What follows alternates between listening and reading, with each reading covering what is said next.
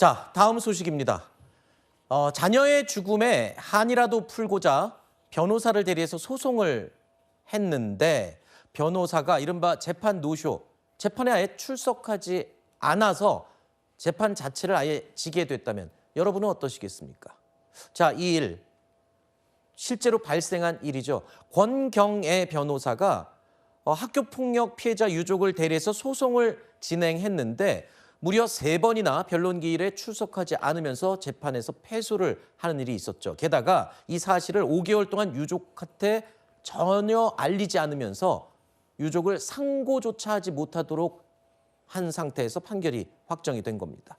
자, 8년여간의 소송 싸움을 허망하게 패소한 유족 측, 억울하고 화가 나는 심정을 감추지 못했었죠.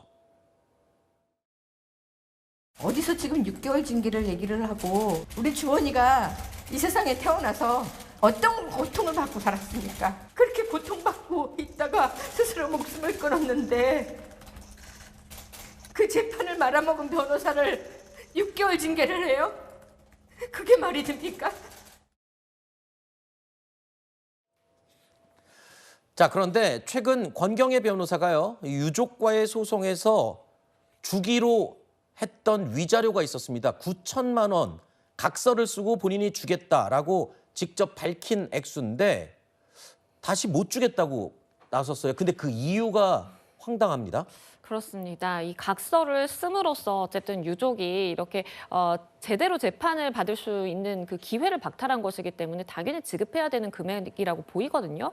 그런데 갑자기 2015년 말에 이제 2025년 말까지 3천만 원을 지급한다라고 해서 총 9천만 원 지급하기로 했는데 못 주겠다라고 권경애 변호사가 이야기를 한 겁니다. 유족 측은 당연히 항의를 했는데 권경애 변호사 측에서 하는 이야기가 나는 이 사건이 외부로 알려지지 않는다라는 조건으로 내가 그러한 금원을 지급하기로 한 것이지 이렇게 외부로 알려진 마당에 나는 그러한 금원을 지급할 책임이 없다라는 취지의 답변서를 제출을 했다라는 것입니다.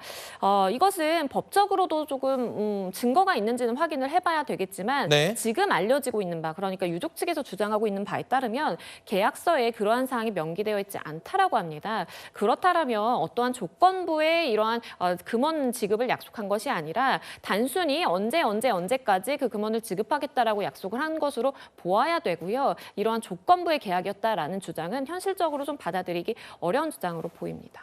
근데 본인이 날짜를 잘못 기억해서 재판 출석 못한 거다라고 얘기를 했는데 그게 한 번이 아니고 3번이나 출석을 안 한 거니까 저는 그것도 좀 이해가 안 될 뿐만 아니라 본인 때문에 이렇게 유족들이 많은 손해를 보고 가슴에 상처를 받았다면 본인이 주겠다고 한 돈, 위자료, 그거를 이 사건이 밖에 알려졌으니까 또 못 주겠다. 이런 행동도 상식적으로 저는 이해가 안 된다. 이런 생각인데 자, 법원은요. 일단 손해배상 소송 1심에서 권경애 변호사가 유족에게 5천만 원을 지급하라고 판결을 한 상황입니다. 아까 그 위자료와는 또 별개의 실제 이 손해배상 청구 소송에서도 5천만 원을 지급하라는 판결이 1심에 나왔습니다.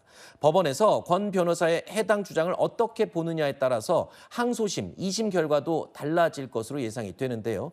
자, 권경애 변호사의 이번 주장이 글쎄요, 재판에 영향을 끼칠지 변호사로서 어떻게 보십니까? 일단 지금 법원에서 5천만 원 지급하라라고 이제 판결이 나왔는데 네. 이것이 아마 권경애 변호사 측에서 나는 이렇게 9천만 원도 지급하기로 약속을 할 것이고 그렇기 때문에 이러한 금액이 이제 반영이 된 것으로 보여요. 네. 그러니까 위자료로 책정을 했을 때 이미 9천만 원 지급하기로 약속했으니까 그러면 나머지 한 5천만 원 가량을 지급하라라고 추가로 판결이 나온 것이고 만약에 이런 상황에서 그 9천만 원에 대해서 나는 더 이상 못 주겠다라고 한다면 항소심의 판단의 결과는 충분히 달라질 수 있을 것이라고 보이고요. 일단은 이 권 변호사가 소속된 법인을 상대로 이제 소송을 제기한 것이기 때문에 권 변호사가 만약에 능력이 되지 않는다라면 법원에서 그 법인에서 갚아야 되는 이제 필요성도 있습니다. 네.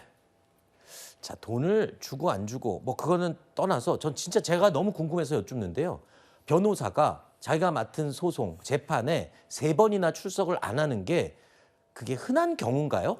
정상적이지 않습니다. 그렇죠. 왜냐하면 법원에서도 우리 법조문상에 2번의 기회를 줍니다. 네. 그런데 이번 재판부의 경우에는 불출석해서 지금 이 상황이 종료되게 생겼으니까 한 번의 기회를 그래도 더 준 것 같아요. 그럼에도 불구하고 본인이 뭐 쓰러져서 건강상의 이유로 있어서 안 갔다라는 것은 납득이 되지 않고요. 물론 그 기일에 어떤 일이 발생할 수 있습니다. 그러면 소속된 법인에 다른 변호사를 보내든지 아니면 복대리를 간단하게 체결을 해서 다른 변호사를 충분히 출석시킬 수 있거든요. 그렇기 때문에 유족 측의 그러한 억울함이라든지 원망이라든지 충분히 이해가 되고 정상적인 상황은 아닙니다. 네.